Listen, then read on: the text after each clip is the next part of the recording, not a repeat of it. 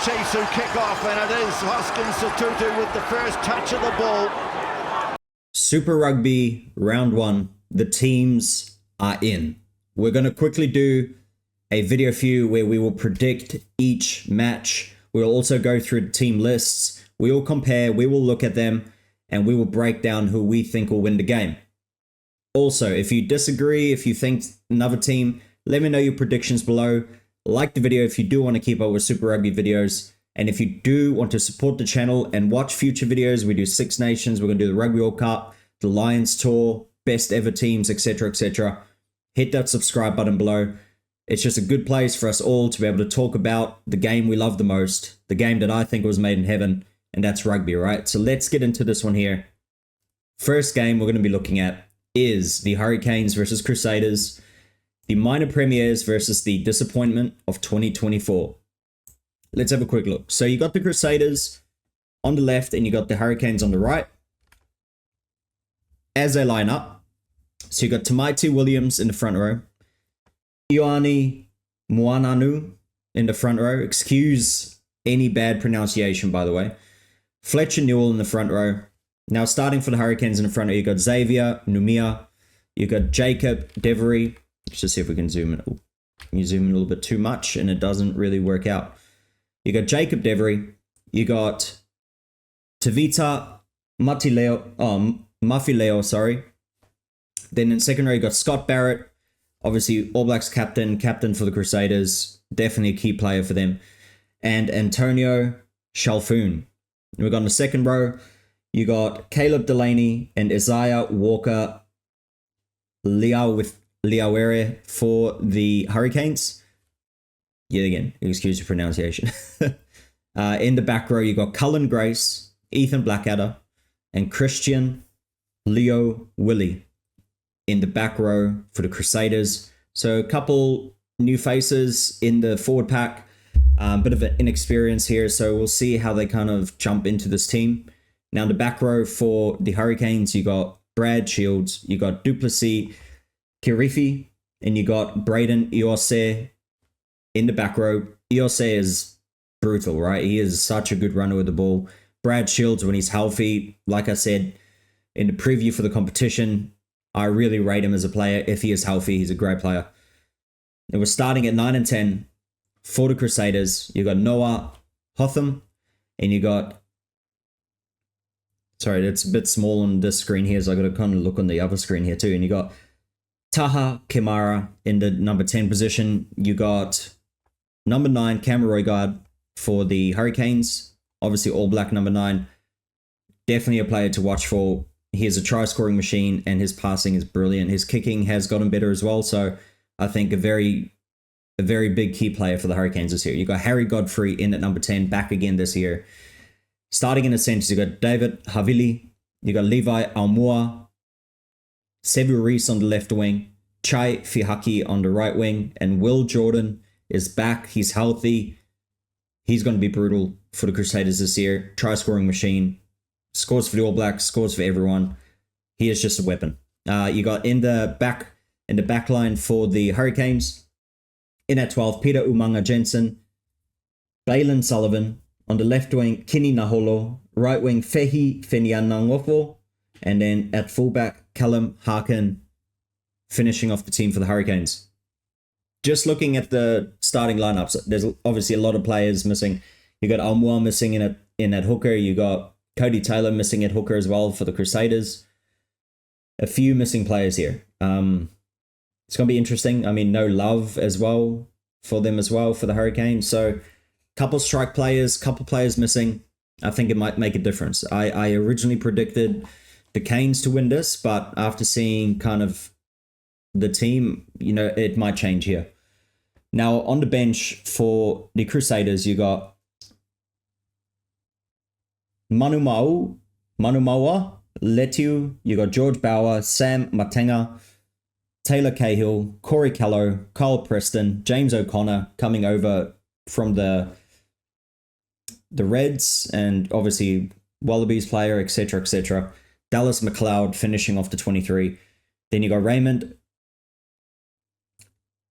Tuputupu, you got Puri Rakete Stones. You got Pasilio Tosi, obviously making his debut for the All Blacks, so he's a good addition there on the bench. You got Hugo Plummer, Peter Lakai on the bench. You got Ere Enari. You got Riley Hohepa and Natu Ngane and Punivai on the 23. Farah, man. My pronunciations are shocking.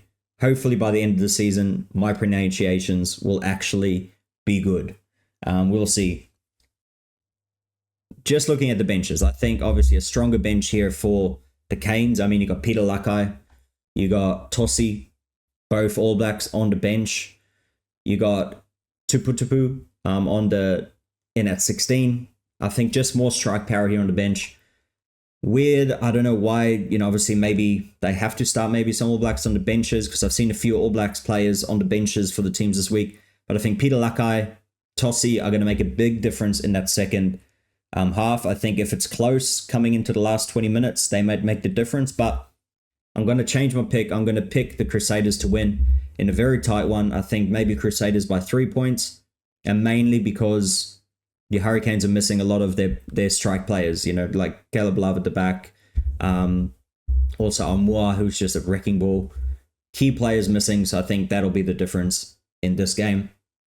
Yet again, I hope the Hurricanes win. I'm a Hurricane supporter, but my heart is saying Hurricanes, but my mind is saying Crusaders, and being at home, it's going to be interesting. I really do hope the Hurricanes win, but like I said, I think a close game to the Crusaders.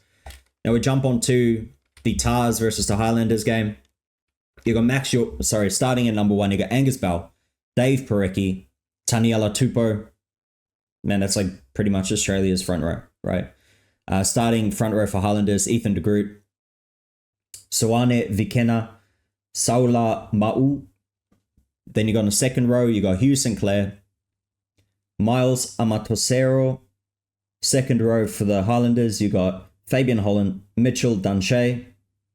Back row coming in for the Tahs, you got Rob Leota, Charlie Gamble, and Lungy Gleeson. Another 2 Wallabies right there. Man, what a forward pack. Rob Leota, what a signing. Lungy Gleeson, what a signing. I really rate him as a player. He just plays with such aggression. Really enjoy watching him play. And it's kind of sad that if he does go over to France, it's kind of sad that they're going to lose him. Now the back row, you got Louis Naita, you got Sean Withy and Hugh Renton in at back row there, finishing it off. For the Highlanders, you got in the back line. For the Tahs, you got Jake Gordon at 9. Tane Edward in at number 10, another Harbour boy, having come over and playing for them in the NPC. Joey Walton, you got Lalakai Foketti, you got Max Jorgensen on the left wing, Andrew Callaway on the right wing, and Joseph Swali'i at the back, making his debut at fullback.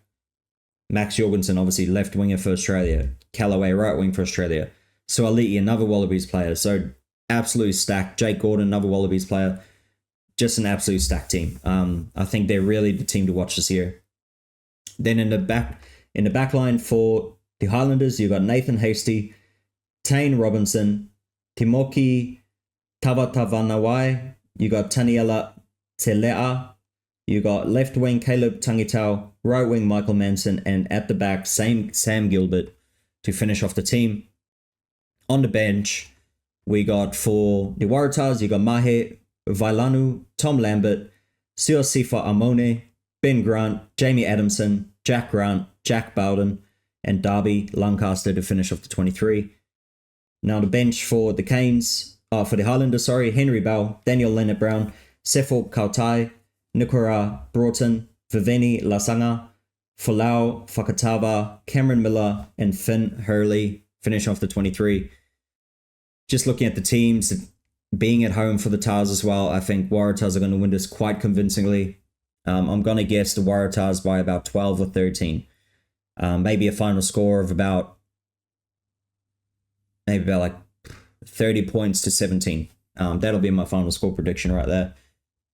30 points to 17 for the Tahs. Final score prediction for the Crusaders and Canes, I'm thinking maybe 26-23. Close game, I think, maybe 25-22, something like that. Moving on to the Fijian Drua. Here we go with the pronunciations, right? In at number 1, Haireti Hetet, you got Tavita Ikaniveri, you got Samu Tawake, you got Mesake Voce Voce, you got Ratu Rotuisuluya, Joseva Tamani. Look, I'm just not going to even try pronounce the names here because I am not good at it. So you can see the team on the field here. You can see the names. Yeah, I'm just going to mention out a couple of players here. I think, obviously, Caleb Muntz, I think he's just going to have a brilliant season. I think Rabitu, his counter-attack is crazy. Karawalevu as well on the left wing for the Drua, I think is brilliant. He scored some great tries. Now we're looking at the Brumbies. Obviously, Lolosio is the one to watch. But obviously a few missing players there as well. In at the centers, you're missing Len Ikitau. Missing a few forwards. I mean, you got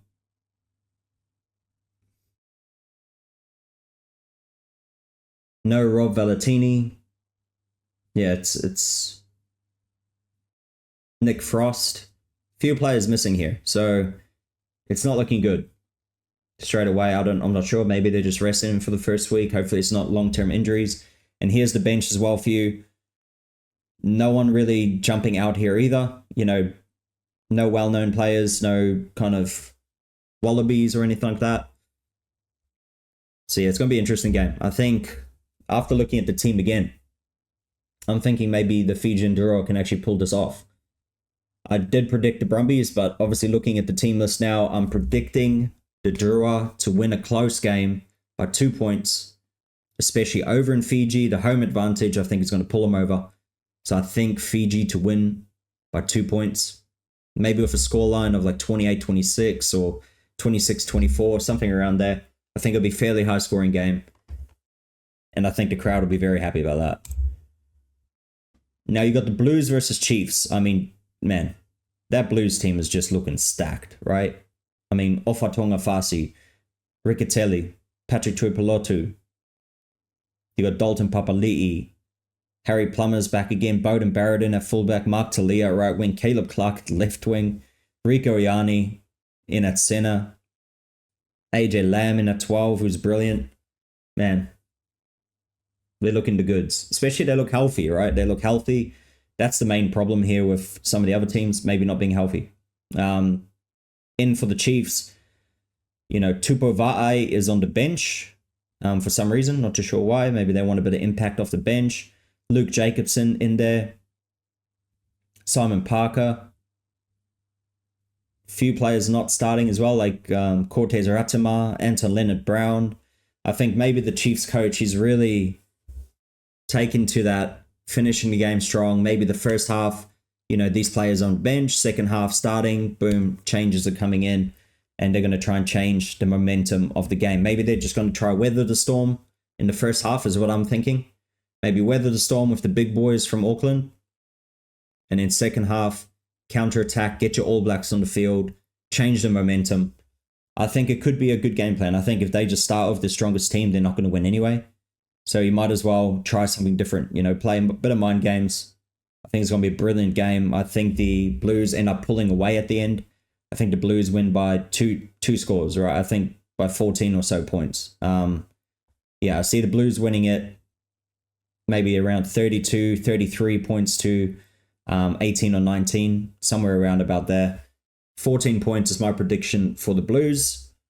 And I'm thinking a cheeky Caleb Clark try as well, crossing the line. In the last game of the round, the Western Force versus Moana Pacifica, out in Western Australia, out at Perth. Looking at the team straight away, yet again, very strong second row here. I mean, Darcy Swain and Jeremy Williams for the Western Force, Ben Donaldson, Nick White, Carlo Tizano, tackling machine. Harry Potter, obviously being, getting his debut for the Wallabies as well. So it's going to be an interesting game. I think it'll be closer than a lot of people think. I think the Western Force will just pull it out. You can see here for the Moana Pacifica as well. Samuel Slade, James Lay, Artie Sevilla in at number 8. William Havili there at fullback. So they got a couple, you know, they got a lot of good players here. They do have good players. It's just about playing as a team and I guess gelling, because every year they lose so many players. So hopefully they all stick together and they actually build something for the future. And that's what Artie, I think he can make a big difference to this team with leadership, all that type of stuff. You can see on the bench here, Dylan Peach there, which kind of sucks. I think he deserves a start. He's much better than just sitting on the bench, in my opinion. He's obviously a Wallaby and he's a brilliant ball runner. The dude is really, really good. You got Tom Savage on the bench, Tito Tuipulotu. So a couple names there. Summer Malolo, it was always good to watch as a player. So a pretty good little bench there as well from Moana Pacifica. I see it being a very tight game, just depending on the weather, right? This is what it will come down to. Let's have a quick little quiz here, what the weather will be. So weather in... Let's have a look. Weather in Christchurch tomorrow. Seems to be clear. Nice, perfect rugby weather. Weather in Sydney tomorrow. Let's have a look. Oh, raining. It's not going to be good for the Waratahs. Definitely not good for the Waratahs. I'll tell you that much. 38% rain for around about kickoff. It's going to tighten it up. Maybe bring the score down a little bit. You know, the Waratahs are not a wet rugby team. The Highlanders fairly much are. They, apart from now that obviously Dunedin, they obviously play under a roof, but Southland players, all that type of stuff, you know, if you play in New Zealand, right, there's 80% chance the game you're going to be playing in the rain. That's what it was, and that's what it is still to this day. So I'm thinking tighter game actually might be a little bit lower scoring, maybe like 23 points to 13, something a little bit lower scoring. It's going to be interesting to see. We've got game 3, obviously in Fiji. Let's see, Saturday, Fiji weather. Hot, all right, very hot. That's what it's going to be. So cloudy, high humidity. Oh, man. It's going to be a tough game. It reminds me of playing up in North Queensland. So nothing to change much there. Auckland weather on Saturday. Let's have a little squiz here. This is going to change much. Saturday seems to be pretty good, which is good. Maybe a bit of rain. Hopefully not. It's good to see. Good rugby weather. And then you got Perth. Let's have a look. Is that on Sunday or Saturday? Let's have a squiz. Saturday night, sorry. Just Saturday. Man. Look at it, like 34 degrees, man. Far out. Luckily it cools out just to under 30 degrees. Not high humidity, that's at least what saves it. So that game in Fiji is going to be insane. I mean, 1 o'clock kickoff, that is just crazy. Good luck to him. Good luck to him. I do not miss playing in that weather. So the weather is not going to change much. I think only Waratahs, it's going to probably inflict the game a little bit. So end of the day, picks for this week, Crusaders to win, Waratahs to win, the Drua to win, the Blues to win, and the Force to win. All the home teams take the home sweep. Let me know if you agree down below. Subscribe as well if you want to see future videos. We'll do a review every week, and we'll also do a team of the week as well. Same with the Six Nations, etc., etc. So hit that subscribe button, like the video if you like it, and I'll see you guys on the next video. Thank you for watching.